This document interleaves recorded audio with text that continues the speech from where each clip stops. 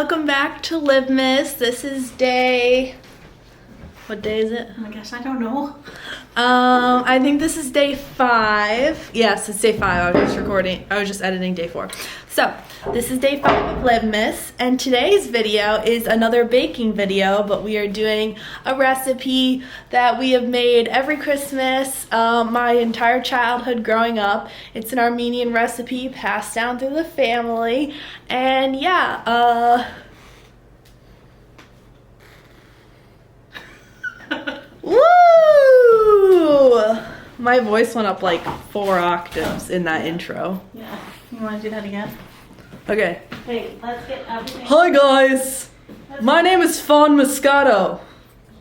Wait, can you just put it down and help me get everything that we're going to need Yes. for this recipe?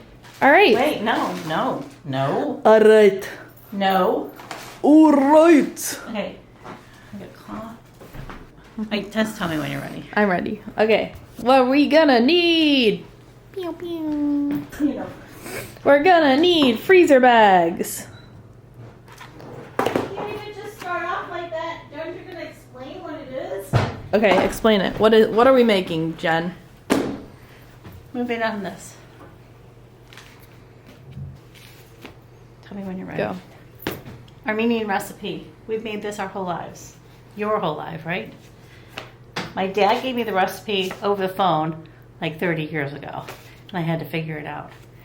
Then I found this in an old Armenian cookbook, and it's actually called Beoreg. Beoreg? Beoreg. Beoreg? Beoreg. Yes. But we're going to make it the way I'm used to making it. All right. So the things that you're going to need are... All right, these are the things you need. You need phyllo dough. Standard issue. Phyllo. You need a pound or 2 pounds, depending on how much you want to make. We usually do 2 pounds for 1 packet of phyllo dough. We usually have some left over. You never really know. So this is called brick cheese. You can also replace this with farmer's cheese. My cousins make this with spinach, and they also throw in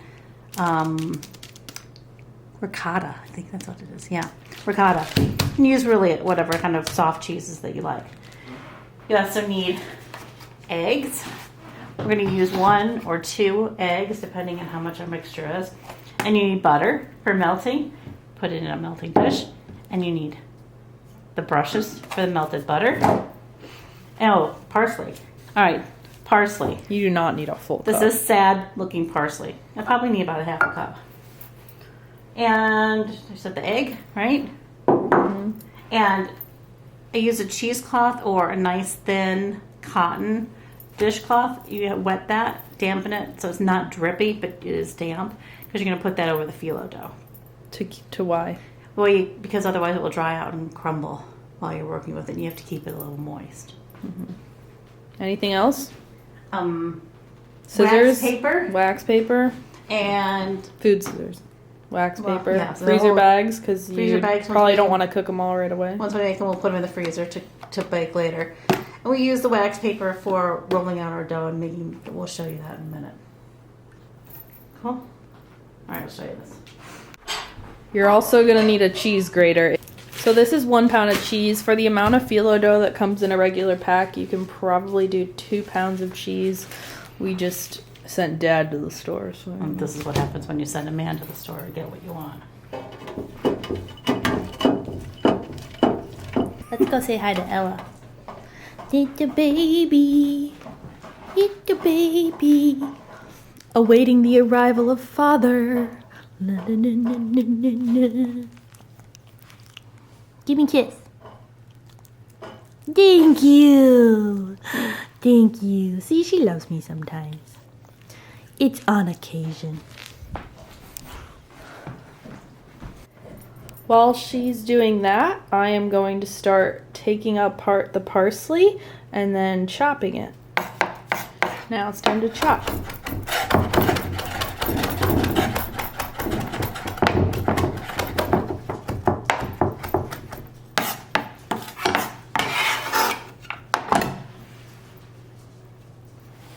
very fine chopped. I didn't measure that. I kind of eyeball it. Yeah, it's kind of just like, we'll mix it up and then you'll see the ratio and just kind of do it from there.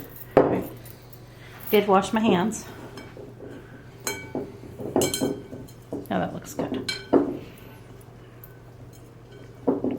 So that's like about a half a cup to a pound of cheese, wouldn't you say? Of cheese? This was a pound of cheese, and that was about a half a cup of parsley. Yeah. Yeah. All right. So now that that's all mixed up, now we need to add some egg. So you're gonna add an egg to the mixture. I'm gonna add 2 eggs. You're gonna do 2? My mom used to do 3. Yeah, but this is half a recipe. I think she did a half a recipe. I'm just gonna add 2 eggs. Okay. We'll see how it looks. Any shells in there? You good? Yeah, I think you're good. So I'm just gonna doing this just to kind of moisten this up so it sticks together.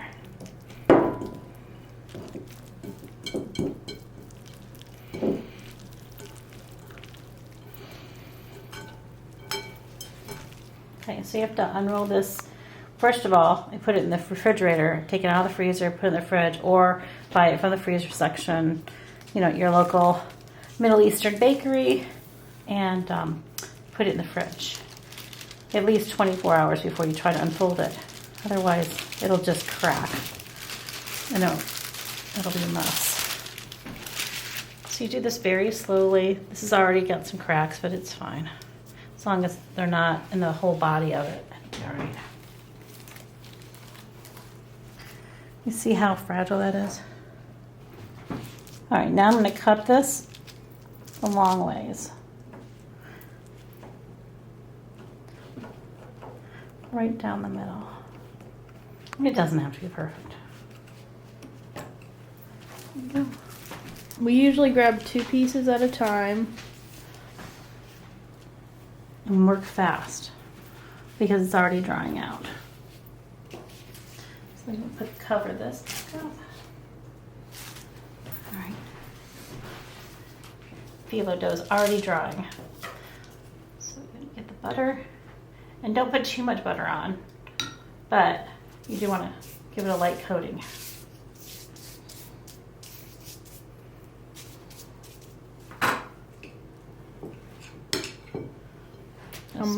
A spoonful, but not too full. I'll just show you about that much. Although if you have too much, it'll bust out when it cooks. So about that much. Doesn't have to be exact. Okay, ready? So then fold up the bottom corner. You're folding it like an American flag. You fold it halfway up, and then you fold the whole thing over completely. So then you're trying to make these little triangles. And you want to kind of keep it tight under here. And see, it's messy, but that's okay. So you're just lining up this edge, and then you're going to line up that edge, and see how it keeps lining up with the edges? And it should go boom, bam. And use a little butter to glue it together. And I use a little butter on the top. And there you go. And you should always have a cocktail when you're making your cheese beoreg because it's labor intensive and it's a pain in the back. All right, so now we just got to make the rest of them.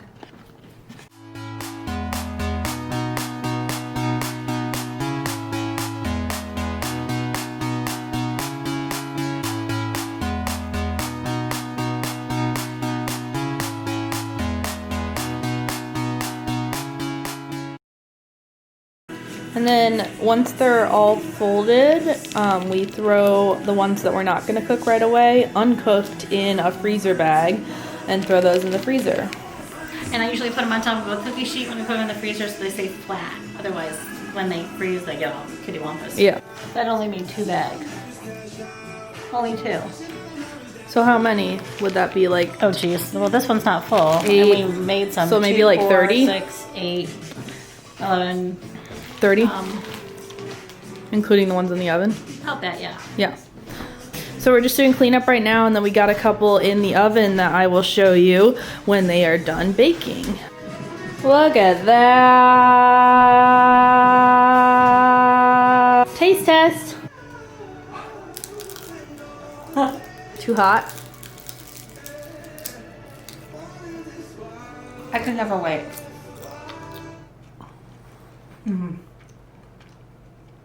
Good. Oh, that's what I'm talking about right there. Good stuff. Perfection. Action. Now my taste test. Get it. Oh. What are you waiting for, girl? Ah, it's really hot. I can do it. Oh my god. I haven't had this in like a year. Now Dave. Hi Dave. Yes, Olivia. My name is Liv. Liv. Long Yes, Liv. I don't like that. Right. All right. Is it hot? Yeah.